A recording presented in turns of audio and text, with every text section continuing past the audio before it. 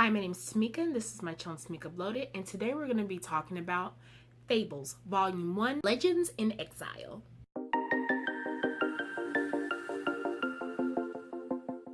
You guys, I rated this book a 2 out of 5 stars, and I'm not going to say that I hated it. I didn't hate this at all, but for something so thin, it took me about a month to read, and that's not good. Fable is the story of our favorite fairy tale characters who are living alongside regular New Yorkers in their own time called Fabletown. They all who are human live among regular humans just like us, but the ones who look more like animals go to a place called the farm because they can't blend into normal society. What has happened is, in the fairy tale world, some dark entity has came and has pushed out all of our favorite fairy tale characters, and so they're all trying to live here until they are actually able to fight the evil entity to return home. However, they have to adjust to the regular world in the meantime. And in this particular series, we have Snow White, who is the director of operations in Fabletown, and she finds out that her sister has been killed. They go into her home and there's blood everywhere, and they're trying to figure out where's her sister's body, what happened, and who killed her. So they get the big bad wolf, who is the detective, to go and investigate. And they investigate her boyfriend, they investigate her fiance, and all the other characters in the town. And the book is very similar to Columbo in the sense that I believe the wolf actually knows who did it, but he's not quite sure, so he goes on to collect more clues. I thought that was really interesting. However, I just didn't care for the characters. They were all vulgar to be vulgar.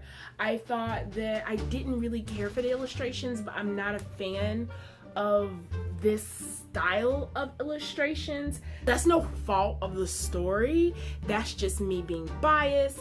But I thought that despite the illustrations, the story would carry me, but I feel like it gets a little slow too often in something that is so short, and so that's what was taking so long. I felt like, oh my goodness, who did it? Oh, can we just find out who did it?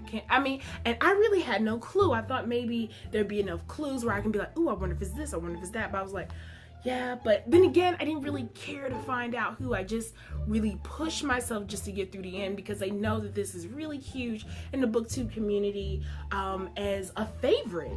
And so I was like, I want to read it. I want to know what the hype is. I didn't see how anyone reading the first one would have loved it so much they would have carried on with it. But not to be rude, I know a lot of people loved it, and I told people my feels about it, and they definitely said that I should carry on because it gets better. And so I will carry on with this. However, I will not push myself to get to volume 2 so quickly. I'll probably do it when I just really want some downtime reading time to kind of get through something. But it's not a bad book. Just, you know, people say that I like everything I've ever read, and that's not true because this is definitely a huge example of me not liking everything I've ever read. And I found that the characters that I did find interesting was Prince Charming, Snow White's ex-husband, because he was like a douche, but he was like my favorite kind of a douche. Like, you know, everyone has like characters who aren't great, you know, at all, but we still like them for some odd reason, kind of like in Once Upon a Time, which is a great example to use for a story like this. I actually like Mr. Gold, Rumpelstiltskin. He's like, magic always comes at a price, dearie. Like, I just love that man. Like, I was like, if we kill him off as a character, done with the show. Because he just brings so much personality to the show, because Emma is kind of boring. But it's not about her. It's about this. And I love the douchiness of Prince Charming, because he is so self-absorbed, but so well aware of it. You know, no one wants me to like him, and I think that's the reason why I do like him. So I gave this book 2 out of 5 stars. If you read this, let me know down below. And actually, I have another question for you.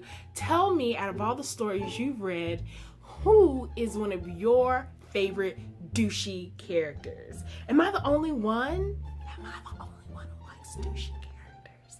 But anyway, I'll see y'all next time. Till next time, bye.